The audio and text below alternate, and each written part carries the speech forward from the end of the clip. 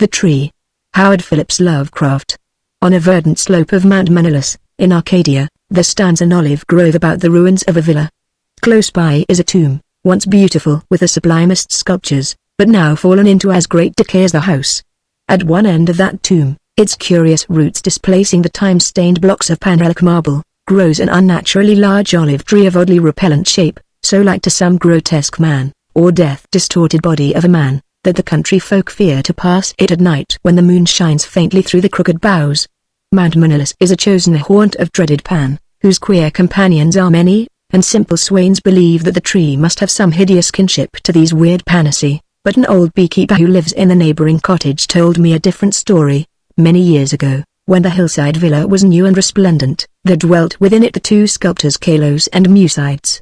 From Lydia to Neapolis the beauty of their work was praised, and none dared say that the one excelled the other in skill. The Hermes of Kalos stood in a marble shrine in Corinth, and the Pallas of Mucides surmounted a pillar in Athens near the Parthenon. All men paid homage to Kalos and Mucides, and marveled that no shadow of artistic jealousy cooled the warmth of their brotherly friendship. But though Kalos and Mucides dwelt in unbroken harmony, their natures were not alike. Whilst Mucides revelled by night amidst the urban gaieties of Tegea, Seios would remain at home, stealing away from the sight of his slaves into the cool recesses of the olive grove. There he would meditate upon the visions that filled his mind, and there devise the forms of beauty which later became immortal in breathing marble. Idle folk, indeed, said that Kalos conversed with the spirits of the grove, and that his statues were but images of the fauns and dryads he met there, for he patterned his work after no living model. So famous were Kalos and Mucides, that none wondered when the tyrant of Syracuse sent to them deputies to speak of the costly statue of Tyche which he had planned for his city.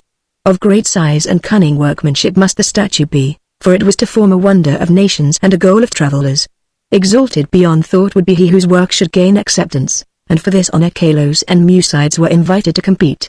Their brotherly love was well known, and the crafty tyrant surmised that each, instead of concealing his work from the other, would offer aid and advice, this charity producing two images of unheard of beauty, the lovelier of which would eclipse even the dreams of poets.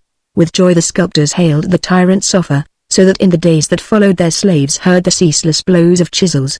Not from each other did Kalos and the Mucides conceal their work, but the sight was for them alone.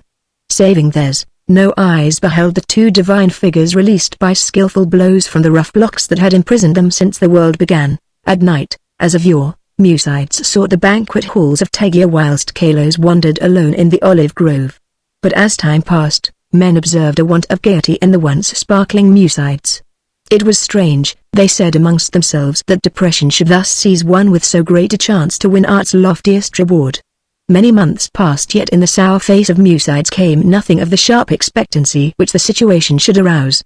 Then one day Mucides spoke of the illness of Kalos, after which none marveled again at his sadness, since the sculptor's attachment was known to be deep and sacred.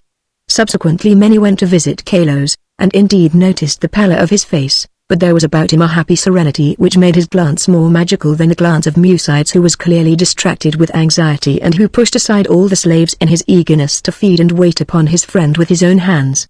Hidden behind heavy curtains stood the two unfinished figures of Tyche, little touched of late by the sick man and his faithful attendant. As Kalos grew inexplicably weaker and weaker despite the ministrations of puzzled physicians and of his assiduous friend, he desired to be carried off into the grove which he so loved. There he would ask to be left alone, as if wishing to speak with unseen things. Mucides ever granted his requests, though his eyes filled with visible tears at the thought that Kalos should care more for the fauns and the dryads than for him. At last the end drew near, and Kalos discoursed of things beyond this life. Mucides, weeping, promised him a sepulchre more lovely than the tomb of Mausolus, but Kalos bade him speak no more of marble glories. Only one wish now haunted the mind of the dying man, that twigs from certain olive trees in the grove be buried by his resting place close to his head. And one night, sitting alone in the darkness of the olive grove, Kalos died. Beautiful beyond words was the marble sepulchre which stricken Mucides carved for his beloved friend. None but Kalos himself could have fashioned such bas-reliefs, wherein were displayed all the splendors of Elysium. Nor did Mucides fail to bury close to Kalos' head the olive twigs from the grove. As the first violence of Mucides' grief gave place to resignation, he labored with diligence upon his figure of Tyche. All honor was now his, since the tyrant of Syracuse would have the work of none save him or Kalos. His task proved a vent for his emotion, and he toiled more steadily each day, shunning the gaieties he once had relished. Meanwhile his evenings were spent beside the tomb of his friend, where a young olive tree had sprung up near the sleeper's head. So swift was the growth of this tree, and so strange was its form, that all who beheld it exclaimed in surprise, and Mucides seemed at once fascinated and repelled. 3 years after the death of Kalos, Mucides dispatched a messenger to the tyrant, and it was whispered in the Agra at Tegea that the mighty statue was finished. By this time the tree by the tomb had attained amazing proportions, exceeding all other trees of its kind, and sending out a singularly heavy branch above the apartment in which Mucides labored. As many visitors came to view the prodigious tree, as to admire the art of the sculptor, so that Mucides was seldom alone.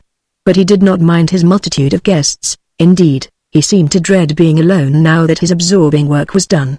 The bleak mountain wind, sighing through the olive grove and the tomb tree, had an uncanny way of forming vaguely articulate sounds. The sky was dark on the evening that the tyrant's emissaries came to Tegea. It was definitely known that they had come to bear away the great image of Tyche and bring eternal honor to Mucides, so their reception by the proxy was of great warmth.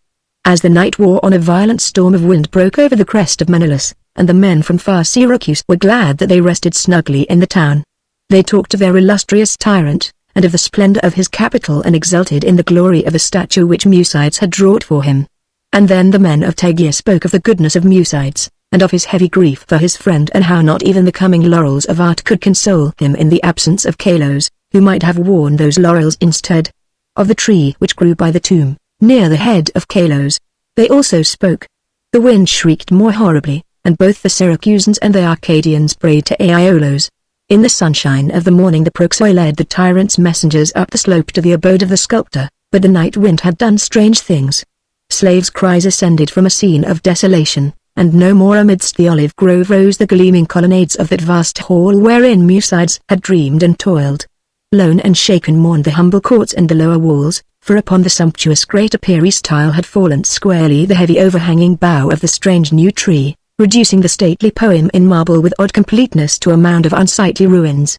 Strangers and Tegans stood aghast, looking from the wreckage to the great, sinister tree whose aspect was so weirdly human and whose roots reached so queerly into the sculptured sepulchre of Kalos.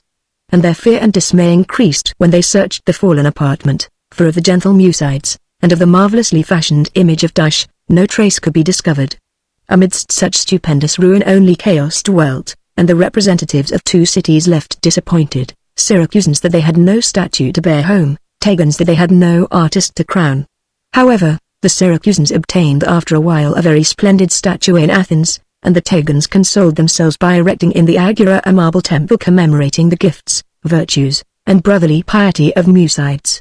But the olive grove still stands, as does the tree growing out of the tomb of Kalos, and the old beekeeper told me that sometimes the boughs whisper to one another in the night wind, saying over and over again, "Oida!